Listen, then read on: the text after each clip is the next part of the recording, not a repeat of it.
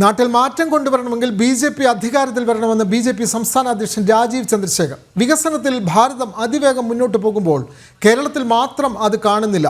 ഇനി മുന്നോട്ടുള്ള മത്സരങ്ങൾ മുഴുവൻ ജയിക്കാൻ വേണ്ടിയുള്ളതാകണമെന്നും അദ്ദേഹം ബി.ജെ.പി. പ്രവർത്തകരെ ഓർമ്മിപ്പിച്ചു. ആ ലക്ഷ്യം പൂർത്തീകരിച്ചിട്ടേ താൻ മടങ്ങുമെന്നും രാജീവ് ചന്ദ്രശേഖർ വ്യക്തമാക്കി. നമ്മുടെ നാട്ടിൽ ഒരു മാറ്റം കൊണ്ടുവരാൻ ഇതാണ് സമയം. ആ മാറ്റം കൊണ്ടുവരാൻ ബി.ജെ.പി. എൻ.ഡി.എക്ക് അധികാരത്തിൽ വന്നാലേ ഈ മാറ്റം കൊണ്ടുവരാൻ പറ്റൂ. ആ മാറ്റം കൊണ്ടുവരാനാണ് നമ്മുടെ എല്ലാവരുടെയും ഒരു ദൗത്യം.